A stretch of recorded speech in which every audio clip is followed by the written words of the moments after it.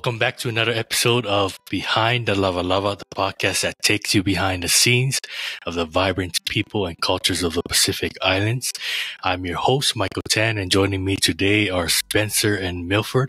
Before we get started, a quick reminder to our listeners to follow, subscribe, and leave a review if you enjoy the show. Now let's jump straight into it. Today we will be chopping it up with Savannah Sanitoa and Damian Vaitautolu. Talofa, Savannah, and Damian. Talofa, Michael. Talofa, brother. Milford. And everyone. So let's start off with Savannah. Can you tell us about your upbringing, your humble genesis, where you came from? Sure. Good evening, everyone. My name is Savannah Sanitoa. I was born in LA, but then our family moved back home to American Samoa, where I was raised until I graduated high school. Came back out to the States for what we call the American dream, to look for better education, better opportunity. Ended up going the traditional route to college, realized it wasn't for me. So I had the opportunity to join the military. And so I went active duty Army for about 6 years and did that. And I loved it. I was in intel. So of course, military intel is an oxymoron. Exactly, Spencer. And then I ended up getting out because my daughter was turning double digits. So I wanted to actually just be home more, kind of focus more on her. Went back to school, thank you government and thank you Army. I got to use my GI Bill to finish up my degree and then try to just figure out what I wanted to do with my life. Ended up getting what I thought was a great job at the time at the airport, and then made my way all the way up to management position.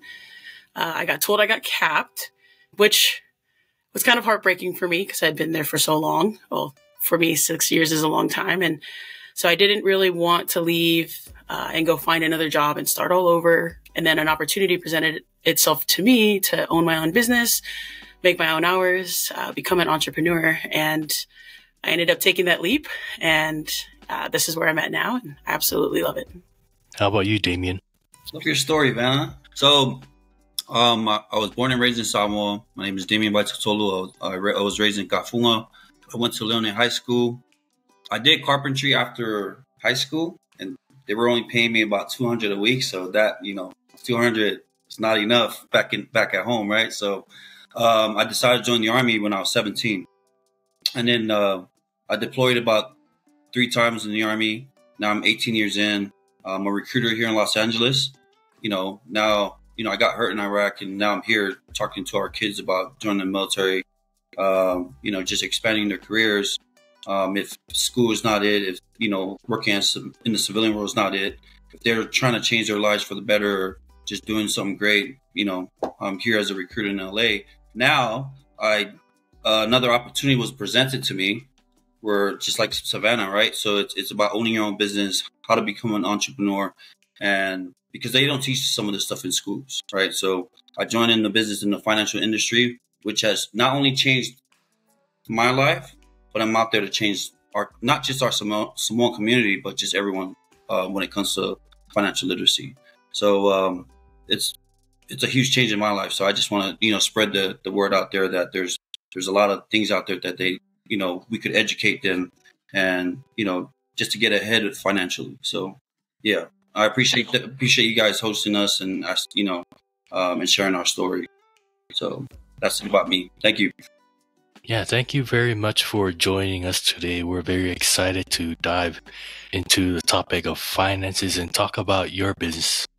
Can you tell us, before we hit the business side of things, we want to target your military background because our podcast kind of focus on veterans. Both of you have been in or currently serving in the military. Can you tell us about your experience being in the military? So I loved what I did.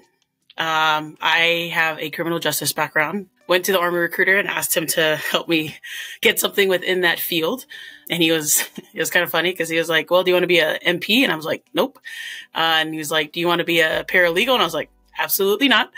And then he's like, well, those are the things that have to do with criminal justice. But I have this other opportunity for you. It's called the Human Intel Collector, right? And so it's just a fancy terms for, you're going to be an interrogator. And I was like, oh, let's do it. Right. So I got the opportunity to obviously go to Fort Huachuca and get that training, become an interrogator, or 35 mic for those of us who know what an MOS is out there. I did get to deploy twice. I got to deploy once to Afghanistan. Absolutely loved it, and did a year there, and then came back to Fort Hood, or now I know it's called Fort Cavazos. That's where I spent the majority of my time when I was in the military. There you go. Welcome to the great place. That's what I'm talking about, Spencer. It's funny because Damian will also probably share, because me and him were both there at the same time. And he was about to leave when I first got there. And then right before, I think I was probably a little over 18 months out from my ETS date, I was set on getting out. And then I was on vacation for Thanksgiving on leave. And then of course, I got the email and it said I had orders to go to Guantanamo Bay. And so that was my last deployment. Of course, it was a deployment because it was a joint task force. But if you're in the Army, it's considered a deployment. It's considered a PCS if you take your family there and you stay there longer than a year. So I ended up going by myself instead of taking my daughter and my family. Did a year over there. And as soon as I got back is when I got out. So I love my time in the military. You know, I'm not saying that there weren't hard times, because similar to anybody who was brand spanking new in the military, you hit that 1st and 15th every month and you don't know what to do with it, you know, and, you know, I knew how to save at that time. And I thought I now have a daughter, but at that time, what I thought was responsibility really wasn't, because, you know, I knew for a fact I was going to get paid on the 1st and the 15th every month. So, you know, just kind of living that private, brand spanking new to the military type of life, going out of Fort Hood, Texas, buying a brand new car, you know, kind of just living the military life, you know, your whole family thinking that you're rich when you're on a private first class salary, which is really nothing. So, you know, I would have stayed and continued on my career in what I did. But like I said, I made the hard decision of getting out to just wanting to be present more, because I knew that, especially within my job and the different offers I was getting, I was going to be deployed a lot more and be attached to a lot of different regiments and units, especially with my type of background. Damian, on to you. Appreciate you, Savannah. But I've been in about 18 years going on 19.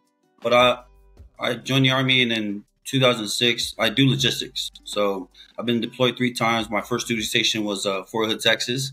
And then I went to Fort Leonard Wood, Missouri. And now I'm here in Los Angeles. So I've only been to 3 places. Okay. But I was supposed to, you know, this is the only thing that I knew, right? I joined when I was 17, and I would hate to get out, especially with our economy. I'm scared that the economy might go to crap, right? And I don't want to be one of those civilians that are jobless, right? So that's why I would have stayed in for 30 years. But when the opportunity presented itself, when it came to the financial industry, it has paid me more than I make in the Army. Let's just put it that way, right? But it's one of those subjects that a lot of our community are lacking on. And I want to ride my 20 years in the Army so I can retire. That's free. That's a free paycheck, right? So I'm going to do 20 years. I'm going to get out, do this full time, own my own business, run my business, and help as many people become financially literate, right? And not only, again, it pays us a lot of money, but I think it's more rewarding, right, to help more people get ahead financially, especially when it comes to money. And especially our community, they don't teach this back at home, right? So shame on us for having our license and not having the platform to go out there and help people. So I enjoy my time in the Army, but it's time to hang up my flag. So I appreciate the question, brother. I just wanted to comment. It's like, you know, thank you both for your service. Appreciate what you've done. And, you know, I mean, you guys got to share your secrets with me, because, you know, be it your time, but you still look so, you know, vibrant and youthful. You know, like I joined in 2004. I'm not too far off from Damian, and I did a lot of logistics work, but I'm 37, looking like I'm going on 50 sometimes. So I don't know what the secret is, you know, moisturize better or something. But for real though, like, thanks for your service, because I've had, you know, different but similar career paths. And you know what you're doing, like, just thank you for that description. It's actually it's a very important service, because I'm only realizing this far too late in my Army career, and I'm on the reserve side. That's why I'm all scruffy right now. So, you know, throw shade if you need to, but I don't have a shaving profile, but the thing is like there are a lot of opportunities that soldiers that are at the fingertips of soldiers, and specifically on the military side. I know you're helping people in this business, not exclusively within the military, but even within the military side, there are financial tools available that I just didn't know about, or I was given very bad information about. Where it's like, I remember I went to ALC a few years ago, and they, somebody, one of my instructors is like, "How many of you think that the military is underpaid?" And like everyone in the classroom raises their hands. And he says, the thing is like, you say that because you don't know what you have available to you. He says, if you understood the tools and the benefits that are available to you, you would probably think you're overpaid. And that's the first time I ever heard somebody in the military talk about being overpaid. This man was an E6. He was trying to get his warrant. But I was like, man, what? And he kind of schooled me on a lot of things. So what the service you guys are providing, like I said, it's not exclusively in military, but it's a very valuable one because it's something that a lot of people, military oriented, non-military oriented, they just don't understand. And like, I'm still trying to wrap my head around that. So, I think that's a good direction. And thank you for not just getting that knowledge, but being willing to help spread that, because it's a very valuable service. Thank you, Spencer. I actually just wanted to comment on that before Damian does, from the veteran portion of it. Like when you in process to like a new unit, or like, right, they make you go and do all of these checkoffs, right, for all the in processing, right? Financial brief, right? Make sure you have CIF brief, all these things. So even me as, a private first class, when I was, getting started and getting stationed when I was at Fort Hood, they don't take it as serious as, at least for me and all of my battle buddies that I was getting stationed there with. Like we didn't take it as serious as we needed to.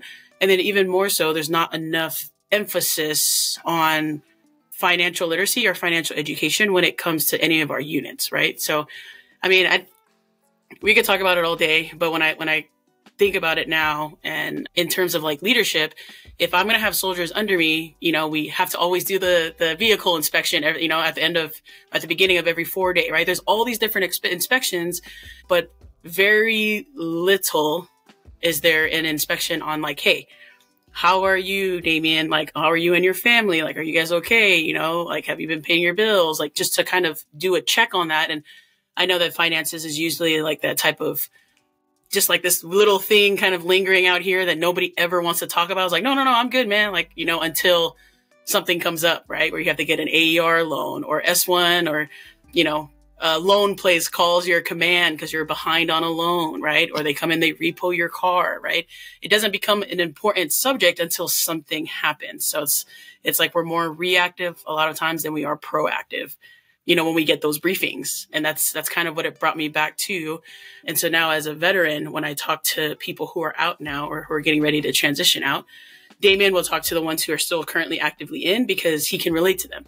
I start to catch them as they're getting out and making sure that they understand, hey, did you get all of these things in line, and making sure that they understand what they're now going to get themselves into, ensuring that where they're well prepared, like how Damian is, they're well prepared to get out and understand what they're going into and the environment they're about to go into.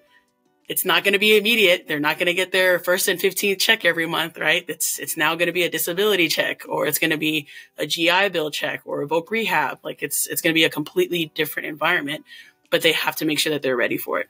Yeah, to caveat what Savannah is saying, right? It's, I believe that you're responsible for your own finances, right? That's you going to learn everything on your own. What's the pros and cons, right? Because I know when I first came into the military, I sat down with this financial professional, and she said, hey, we're going to open up a TSP for you, right? Instead of telling us what we're going to get, how about teach us what we're getting ourselves into? Which is why a lot of veterans, right, are retiring with no retirement, right? Because we're told we're pretty much told what we're supposed to be doing. When she said, how much are you gonna contribute into your TSP? I said $400, right? She said, all right, forget it ever existed. Do not touch into your 59.5. Me as a 17-year-old joining the Army, I did exactly what she said, right? And if someone presented me the opportunity about the business, she sat me down and educated me about my retirement, and then she gave me a solution on how we can help with that retirement going from good to great. So guess what happened? From 2008 and 2018, I lost about $91,000 in my TSP. Why? I had no idea, right, where I was putting my money, because I was just told to just put it in there and forget about it. If I didn't check it in 2018, I would have lost a lot of money, right? So in our business, we like to educate our clients, especially our veterans, because they deserve the best, right? If we're going to serve our country, how about let's take care of our soldiers, right? They do our PHA, dental, all that stuff every year. How come they don't have an annual review when it comes to our finances? Which is why there's a significant number of veterans, when they get out, they're all broke. Some of them are homeless, right? Because they didn't go and seek the resources that was given to them. A lot of them is because we're not, as leaders, we should have put them in the right direction and tell them, hey, you need to go do this, right? As leaders, we need to point them in the right direction where they can get ahead financially, not just for them, but for their families, right? So it's the education piece that's really important to me, and I think that our veterans deserve it, right? Because if we're not going to teach them, I guarantee you they're just going to sit on their butts and not do anything. If I tell them to go read a book about how to get ahead financially, I guarantee you they're not going to do it unless you force them as a leader to do what's best for them, right? So, but I can get into the subject.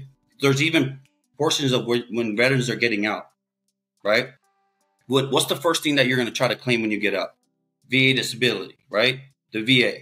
What happens if you get 100% on your VA disability? You're going to get the paycheck, right? You're going to get that paycheck. But here's what it does. If you love your family so much, get life insurance before you get your 100% disability, or you're not going to qualify. Now, if you pass away, only 50% goes to your spouse. If something happens to you, 50% of what? Of your pension. And let me tell you, that right there, your family deserves more than that. They're not 50%. Okay. And that's why I always, when I talk to my veterans before they get out, let me help you while you're healthy before you get out and claim 100% disability. Now you're going to make all this money while you're alive, but you're not going to protect your family if something happens to you too soon. So, sorry, that was all passion, brother. My bad. But I appreciate the question, brother. Yeah, military breaks that passion out for sure. So Savannah and Damian, can you tell us about your business, the name of your business, and what services you guys offer? So I'll go ahead. We're with Global Financial Impact. We're basically financial brokers for different financial companies. So we help our clients with anything that has to do with life insurance, tax-free retirement. We do college funds for kids, living benefits, and what else? We pretty much provide services where we can take someone's financial goals from good to great, right? We take our clients' financial goals when it comes to like these old government-owned traditional government plans, right? Like TSP, Roth IRA, or 401ks. Knowing that these plans are tied to the market and eventually pay taxes in the future, we can help our clients protect their money from market drops and to never pay taxes at the front end when they're getting ready to retire. Because a lot of people, they don't care about retirement now. But the question that we should all ask ourselves, do you think tax is going to go up or down in the future? It's going to go up, right? A lot of people don't care now, but 40, 30 years from now, once they're getting ready to retire and they're go look at their account and it's going to be this big, guaranteed Uncle Sam's going to take a majority of that chunk, right? Then they're going to live off that money. And then once it's gone, and it forces them to do what? Go right back to the workforce. I can speak for my family too. My dad and mom are still working to this day because they don't understand the rules of money, right? How to save for money, how to save for retirement.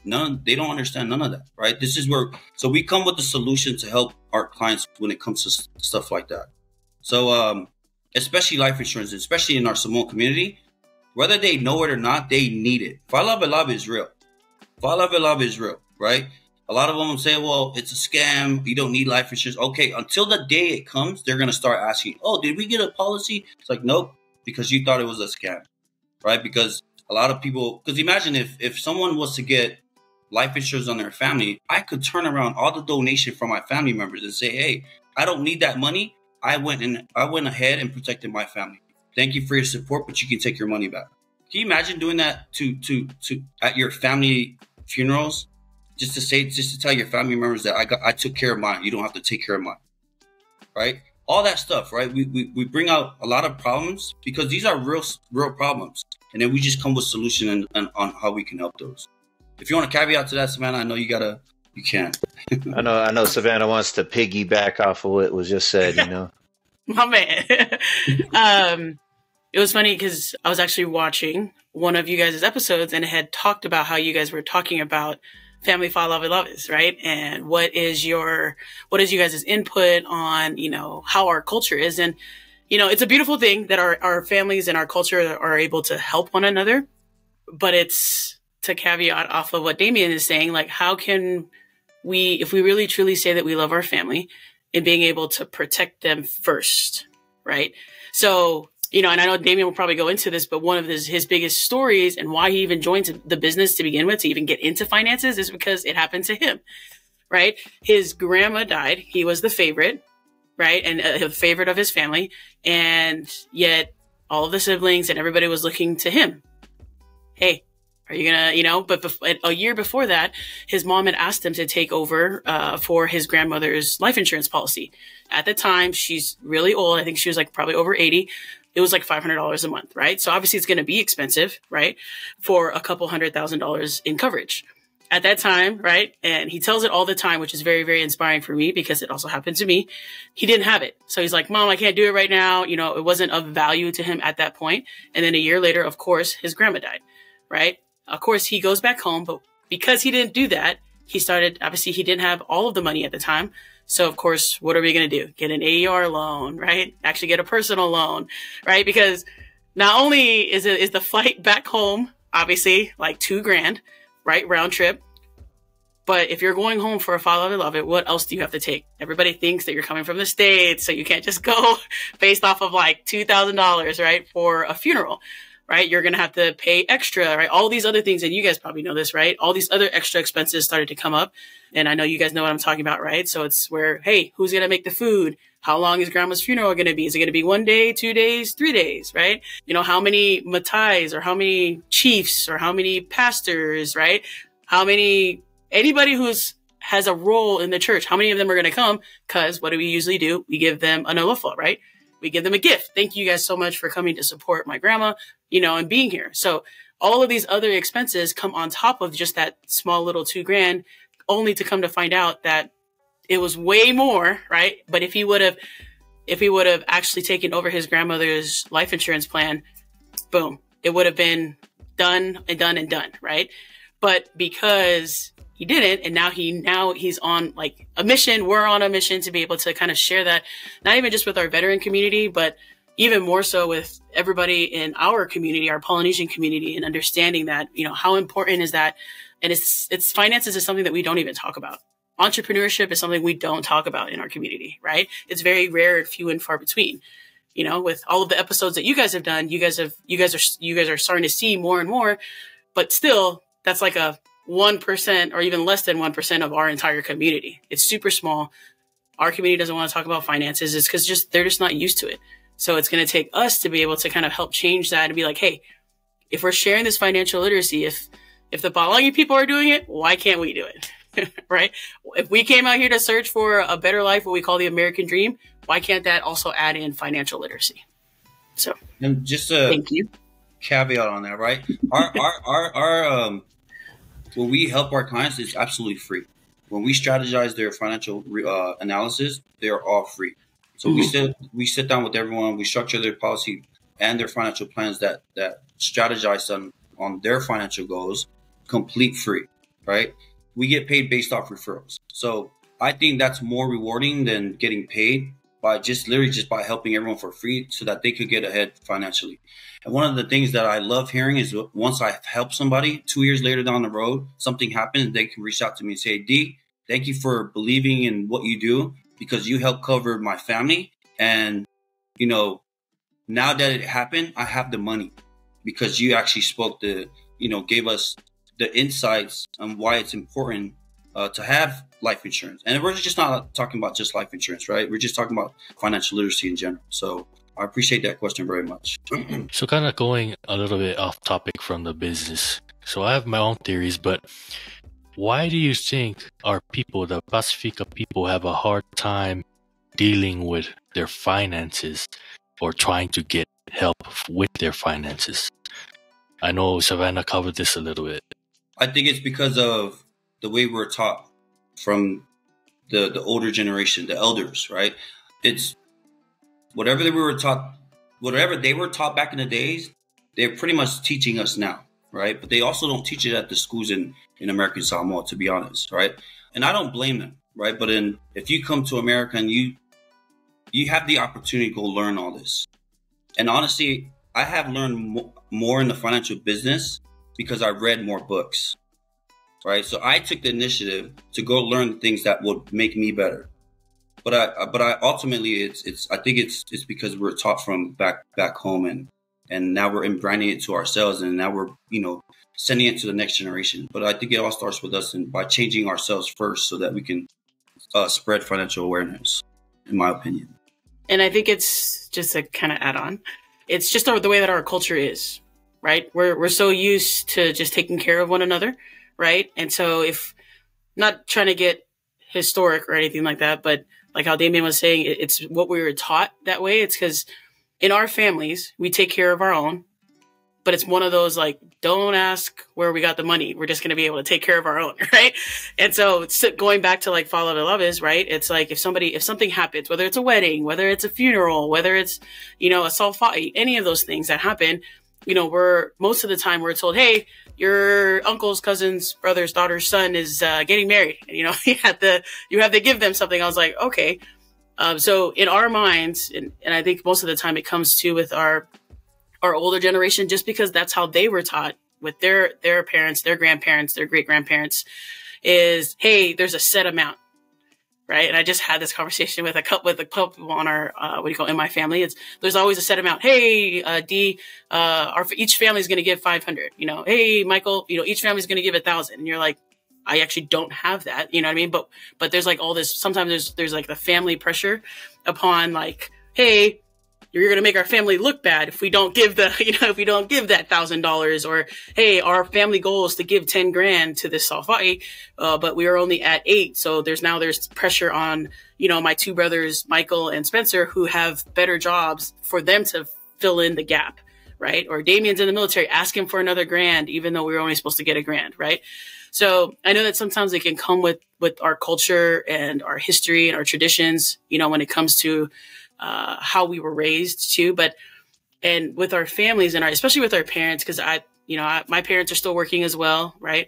And it's one of those things where that's all they knew. The American dream for them, if you think about it, the way that the world works, the American dream for them was you go to school, you get good grades, right? You go to college, you get a degree, you get a good job, a good paying job, you retire, right? And that's literally like the form of the American dream.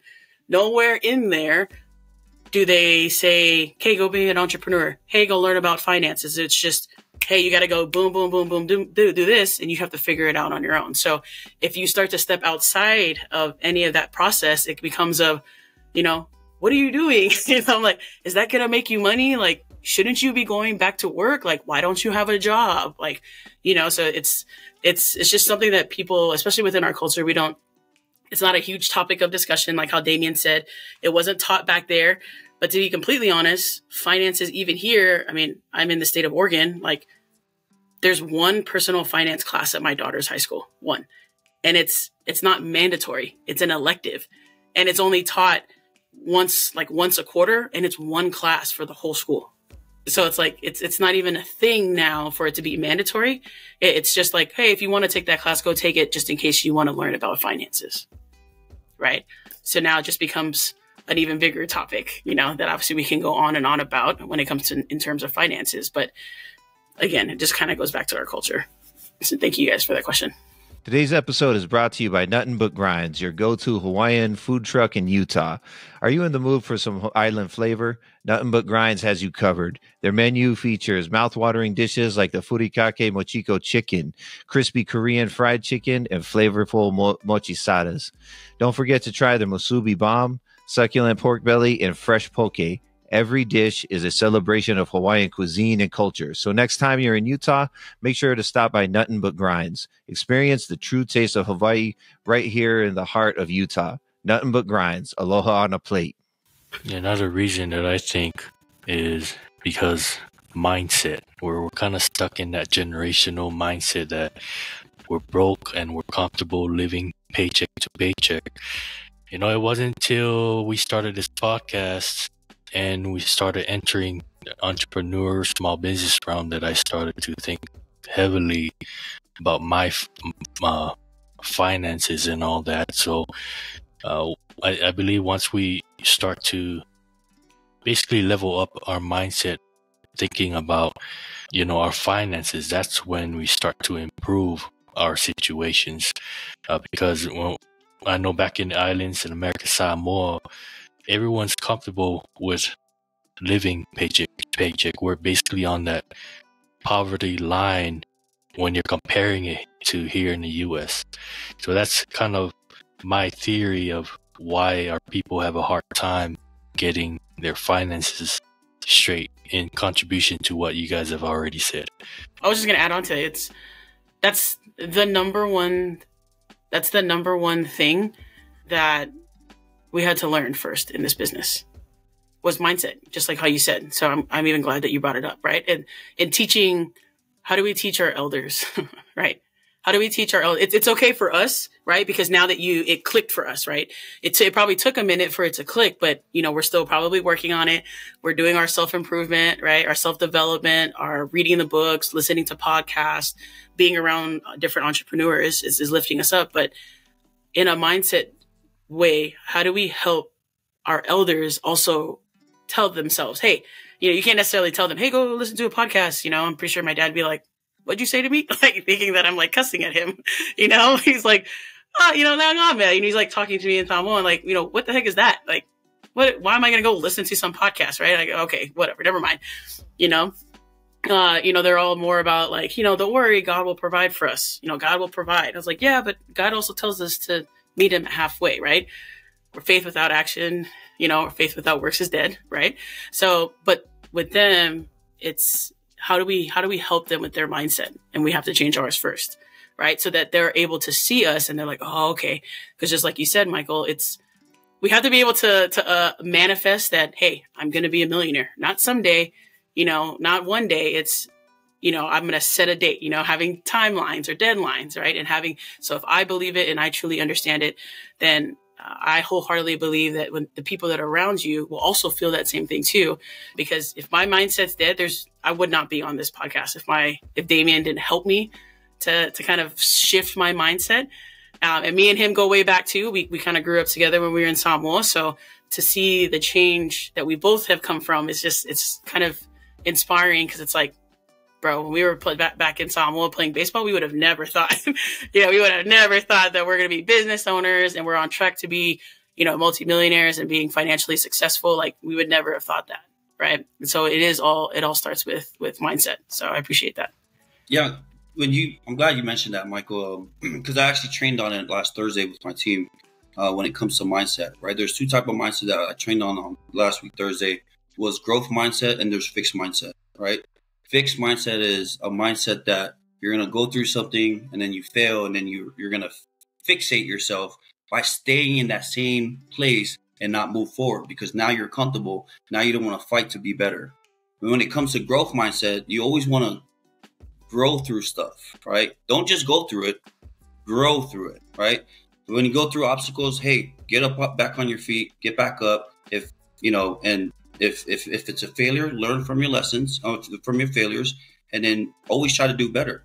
Always try to do better. Always go around that obstacle, if not go through it, right? But and I always compare the two, right? When it comes to income, do you want a fixed income or do you want a growth income? But it all starts where? Mindset. So if you want a fixed income, then you stay at fixed mindset. But if you want a growth income, then you have to have a growth mindset.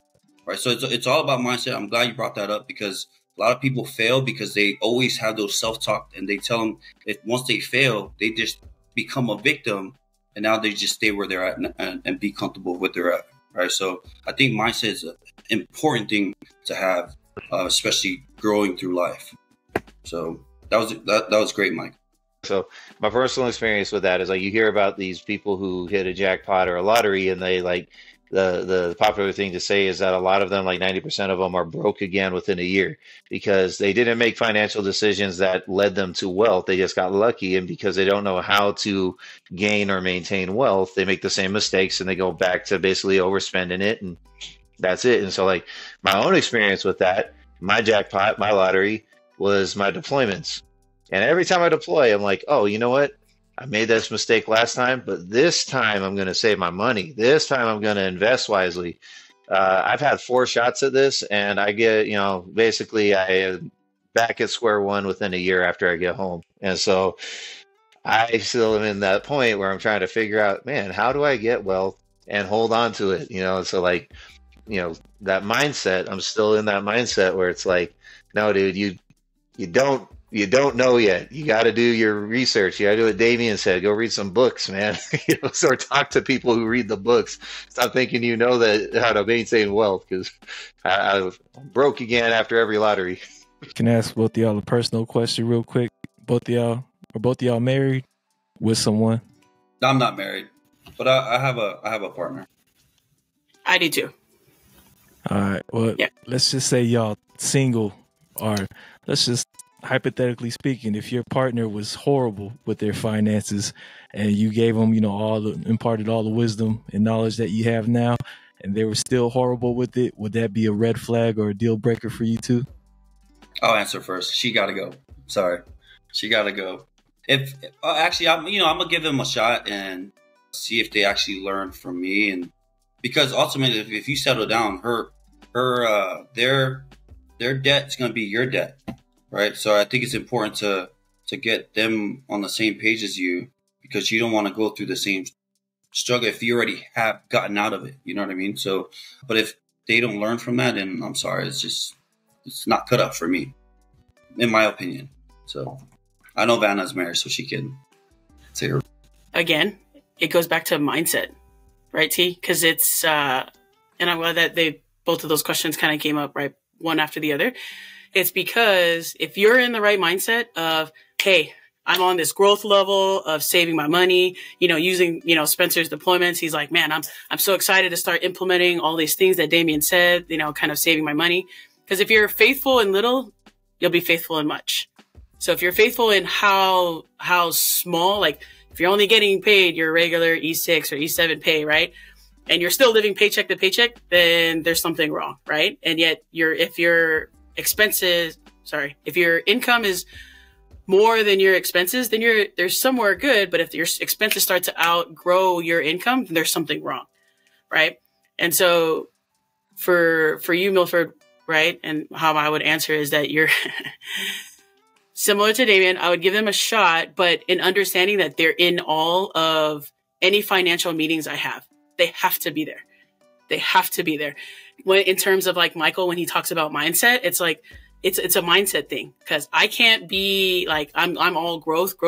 And then if my partner is all fixed, there's going to be an unlevel education there, or unlevel mindset, because my partner's not going to want to change. They're just like, kind of tunnel vision. And I'm like, bro, I'm on like a 40-foot level vision right now. Like I can see us being millionaires in like a year. And my partner's like, and just starts laughing. And I'm like, no, what do you mean? Like, come on, we have to be on the same level. And so, which is funny you brought that out.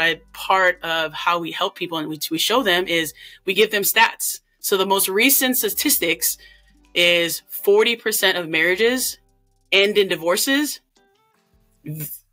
literally solely off of finances. 40%. I know that might not seem like much, but if you take an even if you take an even smaller, right, what do you call it, metric of like military, right, marriages, other than obviously iniquity or, all that other stuff, part of that is finances, right? Some people get into marriages because of finances to begin with, but then they don't know how to handle it. So then they end up departing because of finances. So you have to have, for me, honestly, it's you have to have the same mindset. You don't necessarily have to have the same goals, but if you decide to stay together, both of your goals have to be on the same level.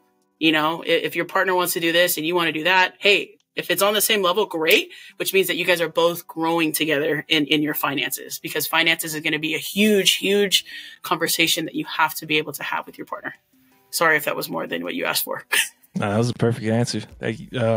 And then just going back a little bit, backtrack into your early times. And since you scored high enough on the ASVAB to be Intel, were you always like, did you always have some kind of awareness of your finances? I mean, of course, growing up or being born in LA and then going back to Samoa, I know you've had some kind of consciousness on it, but just, hearing you guys speak about it, I know Damian had his, but for you also being a mother, like what made you really hone in and zone in on this field? Honestly, it was living paycheck to paycheck. Even after I was getting raise after raise, I had my disability on top of that. I had my GI Bill on top of that, and I was still broke. Still broke. Yes, my mom is one of those people, she's a lawyer, but she loves shopping at, she grew up on thrifting. So Salvation Army, Goodwill, those are her things. Although she thinks Goodwill is super bougie, which is funny. But, yeah, I know, right? But she taught us to be frugal with our money. Hey, if we don't go and eat out at McDonald's every day after school, we save up all our money, we can go on a bigger vacation to like Disneyland or something, right? So that was my mom. She taught us how to budget. But when I had a kid, obviously your focus changes to where, yeah, all of my money went to her, right? And my partner, right? So it's like that's where all my money went. But I was still broke. Why? Because I didn't have, the concepts of pay me first, or pay my tithe, then pay myself, which means, what am I going to go do? What are my savings? What are my retirement funds? Things like that. That's what I mean about paying me first. And then I can give them all my money to go and spend and do whatever. And so for me, honestly, joining this business, which was literally just a couple years ago, I thought I was pretty comfortable with my, management level job. Again, I had my GI Bill. I was getting disability, still living paycheck to paycheck, which is crazy because I don't live where that guy lives. Damian lives in California. Obviously, I'm in Oregon, so it's not nearly as expensive.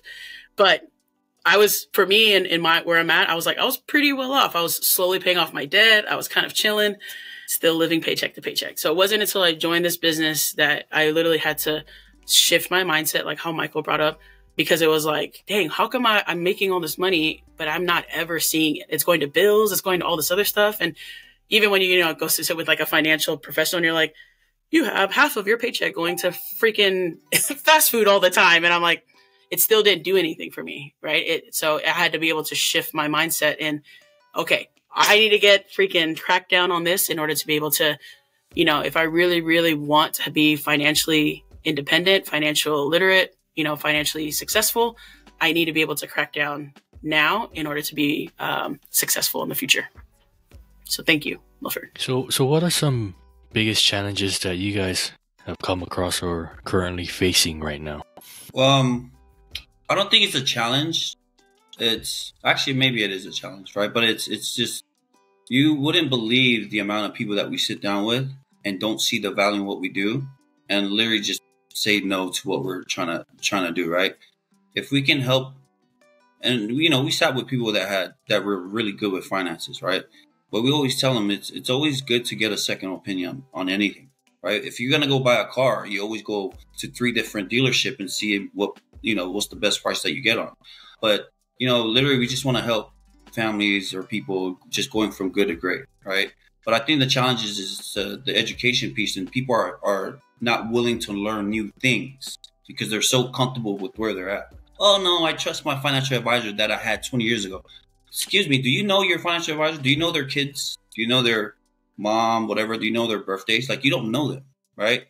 Even us sitting with the people that we know, they wouldn't even sit down with us because they trust their financial advisor. But literally, they don't know that their financial advisor is literally getting paid to manage their money and still lose money from the market if they have their money in their retirement. Still. Because when I lost money, I went back to my financial advisor and I asked her, hey, what am I paying you for if you can't manage to protect my money when the market drops? Oh, it's part of investment, right? You lose some, you win some. I don't want to hear that, right? But then when we come in and we offer the solution to help our clients, and say, hey, look, these are the things that we can offer. We can offer protection on your money when the market drops. We can offer tax-free growth.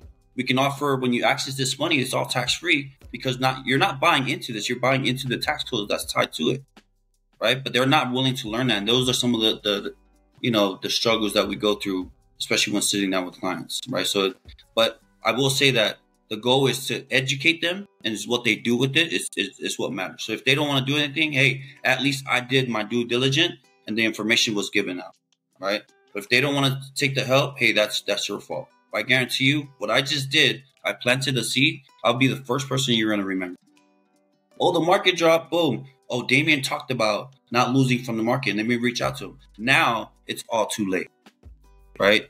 But better late than sorry. Let me protect what you have left, right? So I've seen people go from 100 to a 0 because they just kept delaying it. I've seen a lady who had $1.8 million in her retirement. She said, I don't want to do it because she trusts her financial advisor. 6 months later, it was at 1.2. 8 months later, 900,000. A year later, 500,000. Boom.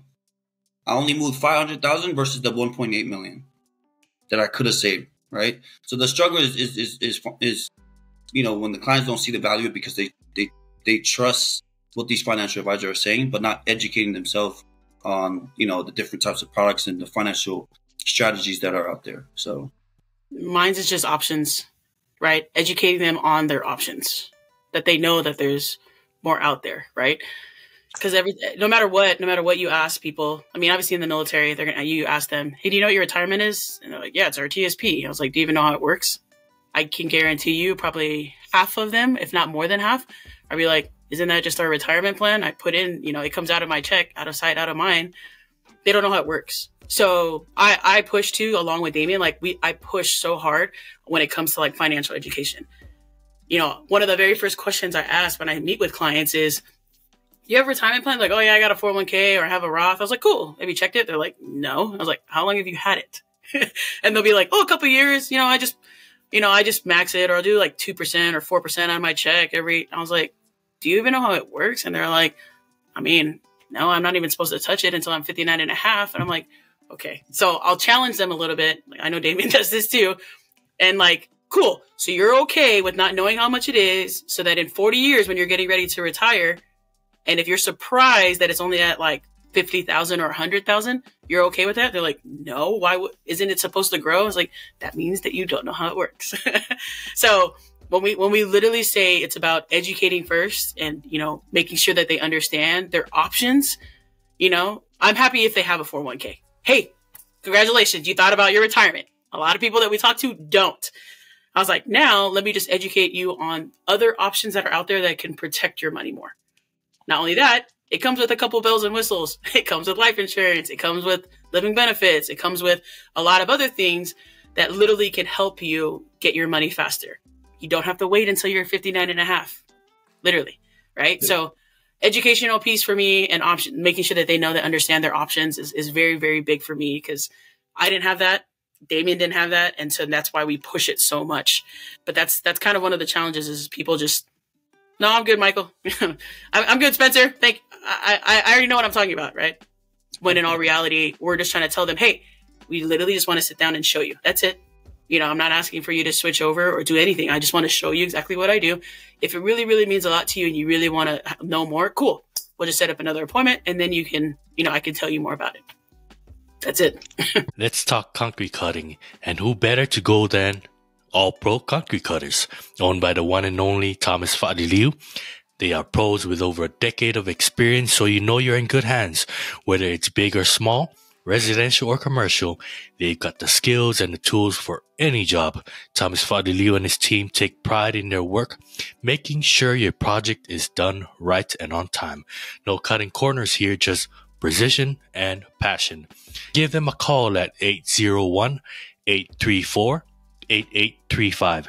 Go with All Pro Concrete Cutters for top-notch results. All Pro Concrete Cutters, your dreams cut to perfection. So one thing I want to throw at you guys too, and it's I'm not trying to get you guys to give away all your business secrets here before people come look you guys up, but so it's kind of last question from me is Would you say that there's a cutoff? Is it ever too late to basically turn things around? Because like at this, like I said, because of this or another, I'm at a weird spot with my career, especially on the Army side of things, where I'm like, we get break for lunch. I have my junior soldiers running off, driving miles out so they can go get, McDonald's or Jack in the Box or something. And here I am, the platoon sergeant, and my broke self is sitting in my truck eating the MRE. I'm just like, man, where did things go wrong that my juniors can afford fast food and I'm just taking the MRE? I had this cool guy. He was our motor sergeant. He's really cool E7 guy, very financially stable. He's giving me some advice. He's like, well, hey, man, look. He's like, you're divorced. I'm like, yeah. He's like, you have any kids? No. He's like, do you have any debt? I'm like, no, I'm pretty much debt free, but I'm still living paycheck to paycheck. He's like, bro, that's great. That's fantastic. You're basically where you were when you were 18. I'm like, that sounds horrible. Like, what? Like, he's like, no. He says, no. It's good because you're smarter than you were when you were 18. You've got a position in the Army. You've got a degree. You've got a job. So now that you're basically, resolved where you're like, you're basically at a good base where you're smarter than where you were before, and he called me upward. And so he's like trying to give me some good advice. It's like, oh man, plus guys usually hit their peak with their earning potential between ages 45 and 50. Dog, you got this, blah, blah, blah. And I was like, he was getting me fired up, but I'm like, look, I've got a long ways to go. So like, point is, like I said, I'm towards the end of my Army career, late 30s. Is there a point where you would say it's too late to turn things around? Sorry, long-winded there. No, I don't think anybody's late to turn things around. I think it's I tell everyone, life is not expensive. We just don't make enough. It truly is, right? And if we're living but paycheck to paycheck, then we're so comfortable with where we're at, right? I used to think like that. But I sat down with this millionaire, my millionaire mentor, and I asked him, how many streams of income does he have? He has 7, right? But if we're fixated with our salary, which is fixed income, then we're so comfortable where we're at is exactly why you're at because of that, right? So a lot of people are not inspired to go seek other opportunities to make more income. It's literally what it is, right? I'm still employed by the Army. I make 6 figures because I'm stationed here in California. I make 6 figures here in the business, but I also own a few properties in Texas, which I also gain income, right? So that's just 3 income. Now I'm working on trying to get to my 7th. When he says 7, that's my goal, is to get 7, which is, I got a long way to go. But if I don't inspire myself to go do more and do better, then I'm going to be exactly where I'm at 10 years ago because I didn't take the leap of faith, take the opportunity to go seek more opportunity to make more income, And every time I sit down with people and they say, hey, all right, it's too expensive, blah, blah, blah. It's like, try open up a business. A lot of people fail, but in order for you to go through success, you got to go through all the failures to know what success feels like. You know what I mean? So I don't think it's ever too late. I just started in business 5 years ago. And I'm glad I started 5 years ago, because if I started now, then I would have been 5 years too late. Right? So it's all on the person and their mindset. Like right now, if you know that you're at that position right now, I think you have a mindset issue, not a money issue. Okay, so it's never too late, brother. I'll just add on to that. I'm pretty sure me and Damian are not far off from you, Spencer, in terms of age. And it's just been a newfound love. I thought I was too late. I'm like a year older than Damian. And I was like, dang it, I wish I would have started when I was in the military, because I probably would have been a millionaire by now, like multi-millionaire, both me and him, right? But it's just so funny that you asked this, because we have business partners who are in the business. They're in their 60s and 70s. They have multiple businesses already. And you would never be able to tell that they're 70 or 60 years old, because they act younger than us, just because of how much they're living life, right? I just so happened to see a post on Instagram, and I hope it's inspiring for you, because does anybody know how old Jeff Bezos started when he started Amazon? He wasn't young. Colonel Sanders, when he started KFC, he was pretty old, right?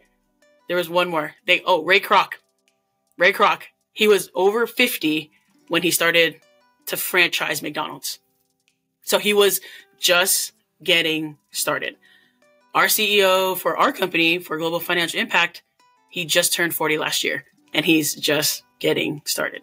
So it's never too late for you, brother, right? I know it's going back to the question that you asked at the beginning, like, how do you guys stay so young? I was like, bro, you look young too, right? And it's just a new take on life. Like, I didn't think that I was ever I kept telling Damian when I first came into the business, I was like, bro, I feel like I'm a lot older now, and I don't want to have to do all this other stuff. And he's like, what have you been doing before? What were you doing before? You were just going to work, coming home, you know what I mean? Like, doing your regular routine. It's like, you need a pattern interruption. That's what you need, Spencer, right? You need a pattern interruption, meaning you've been doing the same thing for the past, 10, however, 20 years that you've been in, not even just in the military, but in your life. So if you step outside of your comfort zone, like how Damian was saying, right? Yeah, you could probably fail, but what if you don't? What if you don't? And you become a Jeff Bezos. You become, what do you call our mentor who makes, multi-millions of dollars, right? Or you become a Ray Kroc and you start to franchise, behind the lava with Michael and Milford, right? Like it's, you don't even know what you're capable of until you try it. Or even like just put forth faith in it. And, you guys already got an amazing thing going on right now. Like we would have never been able to meet you guys on this platform if you guys didn't take the step to move forward with this idea. Just start talking to veterans and talking to people in our community. So congratulations to you three for giving us a platform to even talk to people like us, not even just veterans, but people in our community, and giving us a platform to share our story. Because you think that you're in the same space, Spencer, look at where you're at right now, bro. You're helping Michael and Milford run this platform. You're already a step ahead, brother. So congratulations to you guys. Let's see, and I meant that as a joke earlier when I was like, I'm 37 going on 50. But no, that's actually a peek into my mentality. That is my mindset. I'm always like gloom and doom. I'm like, oh, the good old days are all gone, and it's all just like kicking rocks from here on out. And I got to change that around. That negative thinking. I mean, it's March, Women's History Month, so we'll go along this line. Savannah, I don't want to assume, so I just want to ask: was there anything in the Army that you picked up on, or that helped amplify you and your roles as a mother, and then vice versa? Was there anything, from motherhood that you picked up on that helped you in your role as a soldier? Thank you, Milford, for that question. I'm an athlete, right? And in growing up in Samoa, so of course, I'm not a dancer. I'm not by all means super elegant. I'm not that type of person. So coming from the States and moving home, my dad instilled into me playing baseball, right? And I loved baseball. I probably would play baseball. I probably would still be playing baseball to this day. That's another reason why me and Damian also click, is because he played baseball with me. And the reason why I say that is because I was always up for the challenge, because I was always the only girl. So back in Samoa, it was like a huge culture shock for me when I got home, and they're like, hey, we don't have softball in regular league. We only have baseball, little league, during the summer. And I was like, that's heartbreaking for me because I only play softball. I was like, well, you're going to have to play baseball now, but I'm the only girl. They're like, all right, we'll figure it out. If you don't want to play, then don't play, So I'd always had that challenge for me of I have to go up against all these guys and I have to prove myself. So that's what also kind of gave me the drive to want to join the military in the first place. It wasn't even a challenge for the girls, honestly. I always knew I was a bigger girl. I know you guys can't see it on the camera, but I'm a bigger girl. I would prefer to lift than to run. I hate cardio. For anybody who's in the military, I know you guys Marines, you guys love to run, and the Air Force loves to run, and officers love to run, but no, I'm not that person. But I did have to force myself. And so it helped me in my drive in being in the military of making sure that I was challenging any of the guys who were around me, right? And so in terms of motherhood, that challenged me even more to be a lot more compassionate with my fellow soldiers. So my culture and my drive to stay afloat with all the guys and stay on the same level. By the way, I would never run A group. If you guys are A group runners, I was never an A group runner. I was never a B group runner. Well, maybe in my prime when I was younger, I was a C group runner, but I was like one of those riding on the lines, D group, only had to run like a mile because the A group had to run around 4 times in order to catch up with us. That was me. Okay. But it helped me in my mindset because it helped me be mentally tough when it came to raising my daughter and teaching her the different, paths that she was able to, like, hey, I need you to be ready for, excuse my language, but for some hard crap out there, right? And I'm not talking about like the other stupid, nasty crap. I'm talking about things are going to be hard. I want you to be able to be mindful and ready for it when you go out there, because that's what I had to go through, right? And so I'm not even talking about promotions. I'm talking about when at any point in time, if you feel like you are not treated the same because, you don't have muscles, or you can't run the fastest, or, you don't look handsome, but you look pretty, and people will only see you for your beauty and not what your works are. Like, I want you to be able to know that, again, it goes back to mindset, that you are beautiful, and teaching her, hey, you need to be confident in yourself and know that nobody else will be able to do what you do except for you, right? And you have to tell yourself that constantly. Nobody can judge you. Nobody can judge you harder than you judge yourself. And so taking that and flipping it in terms of being in the military, I got along with a lot of my peers that were there, right? And I just, like I said, I had a lot of people thought I would kind of not necessarily fail in being an interrogator, but it's because I had compassion a lot. I'm more of like a social butterfly. So they would always ask me, like, how are you going to talk to terrorists? How are you going to interrogate terrorists and be mean on them if you're so nice and you're like a mom, I was like, what are you going to do? Hug them to death? And I'm like, whatever. Okay. No, but that's the role that you have to step into, right? I had to play a role when I was an interrogator. The same thing here, but instead of stepping into a role, sometimes I had to step into being a mom all the time, right? And so, but in order for me to even do that, I had to take care of me first in order to be able to give her the best of me. So thank you for the question, Milford. I appreciate it. Thank you very much for sharing, Savannah. Now, do you guys have any closing remarks, and where can people find you guys if they want to reach out for any finance issues or want to better their finance situation? They can reach out to me at 254-251-6836. Just know all the financial consultation is completely free, just for everyone that's out there that's seeking to that wants a free consultation. Savannah, you want to put your number out there too, but also I would like to ask you guys a question, if that's okay, after. So my number is 254-702-8492.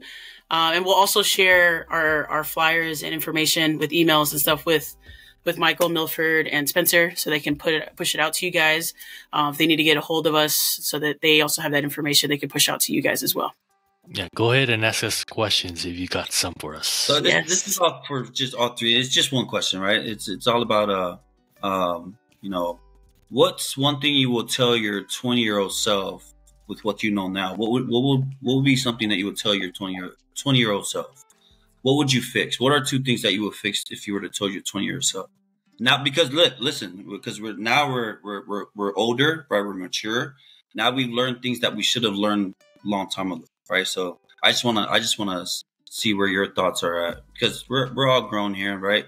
And life has taught us a lot of lessons, right? So that was my question. I would tell my 20-year-old self, dude, she ain't the one. No, I'm just kidding. No. For real, this is something that I tell all my juniors, because it's something I found out way too late in my military career, and I'm still working on actually leveraging this. So what I tell my soldiers all the time is that if somebody tells you that you can't use your VA home loan to put towards real estate that you intend on renting out, they're full of crap. That's bad advice. It gets pushed out a lot. And it's like, I wasted all this time where it's like, look, there are certain criteria. And yes, it has to be your primary residence for at least a year. But even after that year, can you refinance that loan and then use your VA home loan towards another property if you want? But it's like, you could buy a 4-unit with that thing and then live in one of the units as your primary residence and rent out the other units. I wish I knew this before, because I was told directly you can't do that, and it was bad info, and I have all these wasted years. So yes, that's what I tell my 20-year-old self. Like, use your VA home loan and like get on that real estate, bro. I think I would have told myself to invest in cryptocurrency when I was in my early 20s. because I missed out on a lot. I invested too late, so I don't even pay attention to those things anymore because I lost a lot of money. That's a lesson that I learned. So, but yeah, invest in cryptocurrency like Spencer, invest in real estate, and I think I would have told myself to start this platform around that age, but it's never too late to start any ventures in your life. Man, 20. What was I doing at 20? I was partying as a broke. We were partying in Okinawa. I think that's where we were. Well, so I joined. I was older than you guys, but I looked as young as you when I was partying. but I was, Hawaii's not cheap in that party scene, so I was rolling in the minivan, partying as a broke dude. But the mindset, I think that's a great theme for what you guys brought up today. And I didn't have that mindset when I joined the military because I was loud and obnoxious before I joined, and then I sort of humbled myself. But then I put myself in the shell so much that I didn't speak up, and I didn't really venture out and question things like I had the ability to. I could solve problems easily, but only problems that were put in front of me, I didn't really, anticipate and try to think forward. I was just waiting for things to happen. So I would probably tell my 20-year-old self, hey, speak up and keep seeking self-improvement. Like we've seen those in all the whatever leadership traits that we see all around the military, seek self-improvement. But I never really let it ring inside my head to do that for myself back then. So I held myself back a lot from what I was really capable of. So I'd probably tell my 20-year-old self that.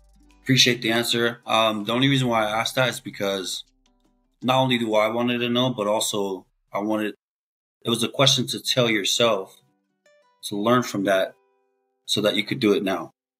Right. And again, it goes back to where it's never too late. It's never too late. Right. Now is the time. If you're going to tell yourself that 20 years ago, at your 20, you can actually do that right now. So that's the reason why I asked, because someone asked me that and I was like, damn, let me just start now. Right. Because if I start tomorrow, I'm tomorrow too late. So I appreciate you guys' answer, guys. That's my question. Thank you. Did you have a question, Savannah? I did. It was actually similar along those lines. Is why, out of all things, did you guys choose to do the podcast instead of just like obviously talk to yourselves on Instagram or post random TikTok dances or there's so many different things, but with 3 veterans, who are Polynesians coming together to talk about different topics, why do the podcast?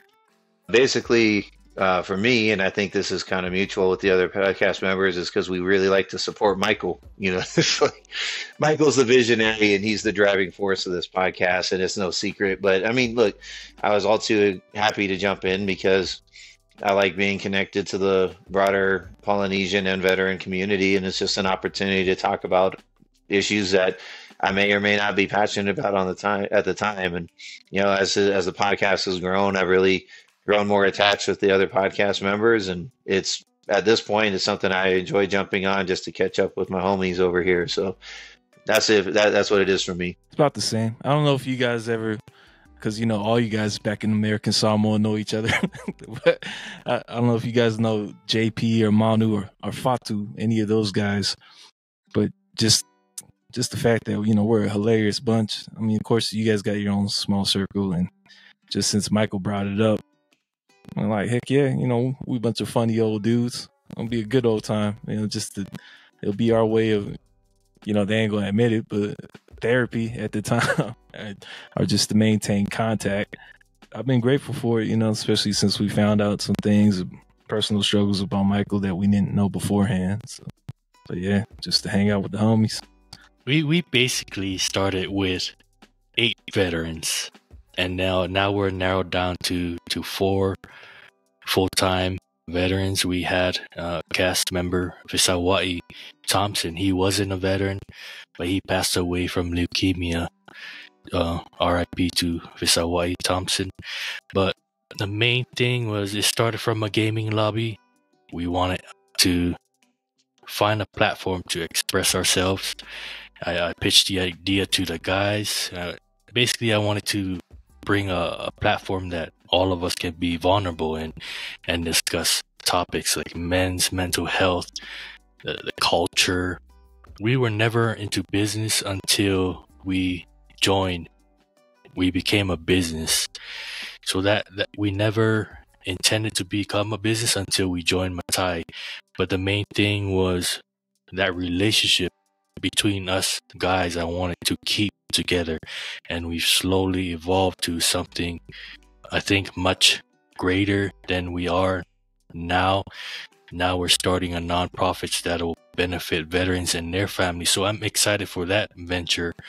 Aside from what we're doing right now with our platform, we want to tell everyone's story. So that's why. Oh, I appreciate you guys all answering.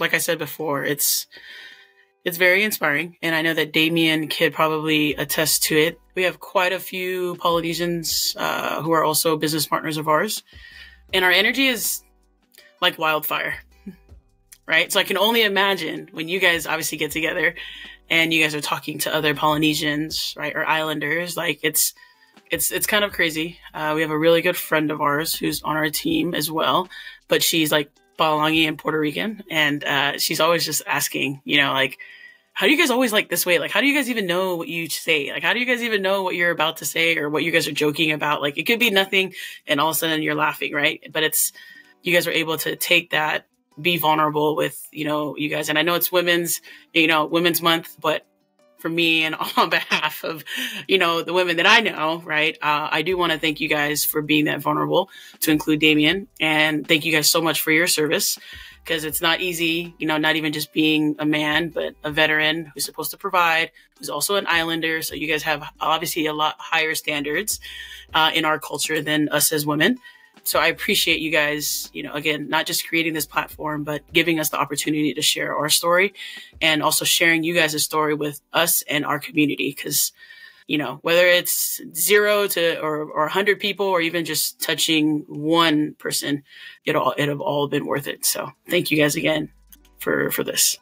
We really appreciate you two, Savannah and Damian, for joining us today and allowing us to share your experience, share your story, share about your business, because our people, especially the veterans in the Pacifica community, we need to get our finances in line. We might not admit that we need help, but you two are out there to help people. So thank you very much for joining us today. Thank you to our listeners for tuning into this episode of Behind the Lava Lava. I hope you enjoyed our conversation. If you enjoyed this episode, be sure to follow Behind the Lava Lava, drop a comment, and leave us a review. And also make sure you hit up Savannah and Damian on their social media. This is Michael Tan and the team signing off. Tofa Soifua.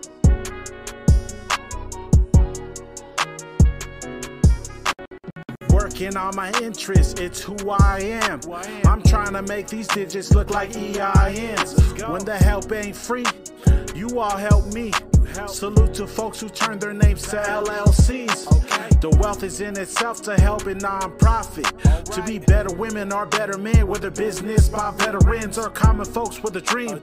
We're all born with the same strength. We tread waters that were untouched. Let's be on the same wavelength. Behind the lava, front of our eyes. Let our legacy live off it when we're up in the sky. All signs point to us to help someone make a difference. With God as my witness, 'cause talk business.